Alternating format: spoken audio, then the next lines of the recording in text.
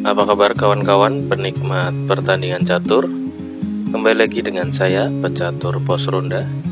Kali ini kita akan menyaksikan pertandingan catur atau legenda catur dunia, yaitu yang akan mempertemukan antara Mikhail Chigorin yang akan melawan Wilhelm Steinitz. Ini adalah pertandingan catur yang terjadi pada tahun 1892. Mari kita saksikan pertandingannya. Di sini hitam dipegang oleh Mikhail Chigorin dan putih oleh Wilhelm Steinitz.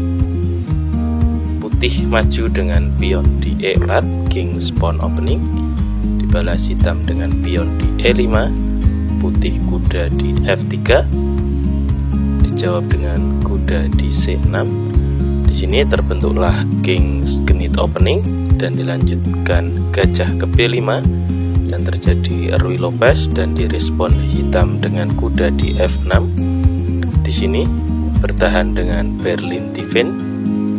Putih maju dengan pion di D3, direspon hitam dengan D6 dan dilanjutkan pion di C3 dengan tujuan atau ide memajukan pion untuk beradu dengan pion di E5.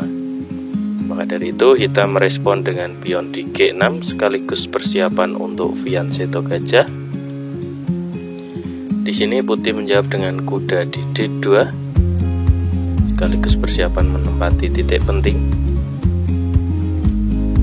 Dan dilanjutkan hitam melakukan rokade de G7, kuda di F1 dan hitam melakukan rokade di langkah ke-7 dan dijawab dengan putih mundur gajah di A4, dibalas kuda ke D7 dengan tujuan ke petak hitam di C5 untuk mengancam gajah putih.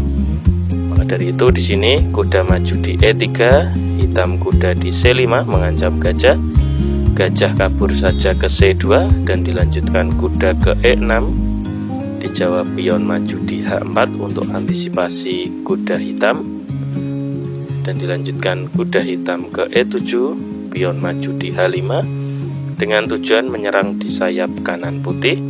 Dilanjutkan pion maju di D5 mengajak pertukaran dan di sini putih makan pion dulu di G6 dan dibalas pion makan pion di G6 dan dilanjutkan pion baru makan di D5, dimakan dengan kuda dan dibalas dengan makan kuda balik.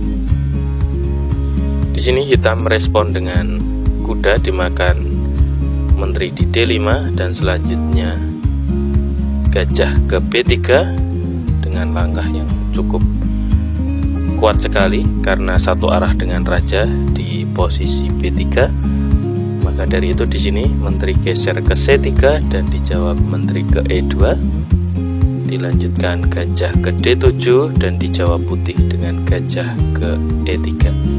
Di sini putih bisa mulai rokade panjang biar fokus untuk menyerang di sayap kiri hitam.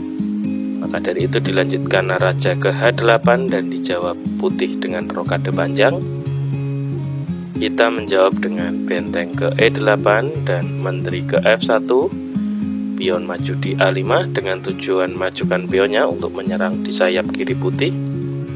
Dilanjutkan pion maju di D4 mengajak pertukaran dan di sini diterima hitam, dimakan kembali dengan kuda.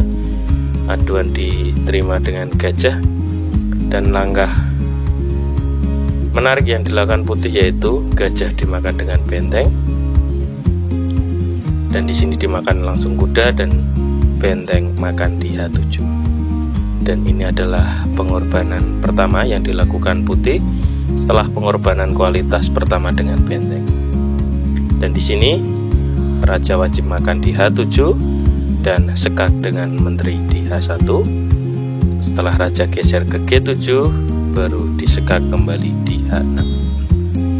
Di sini raja geser ke F6 dan disekak kembali dengan menteri putih. Karena putih sudah mengorbankan dua bentengnya dan di sini langkah detik-detik akhir ini putih wajib menang ya teman-teman. Dilanjutkan raja naik ke E5 dan dilanjutkan sekak dengan menteri di D4. Di sini raja cuma bisa geser di F5 karena di langkah ke-28 hitam menyerah. Karena apa? Jika memaksakan raja geser di F5, maka yang terjadi adalah mati dengan pion. Maka dari itu, kemenangan dimiliki oleh putih. Terima kasih teman-teman sudah menyaksikan pertandingan kali ini. Bisa di subscribe, share, like, dan komen untuk konten kali ini. Terima kasih.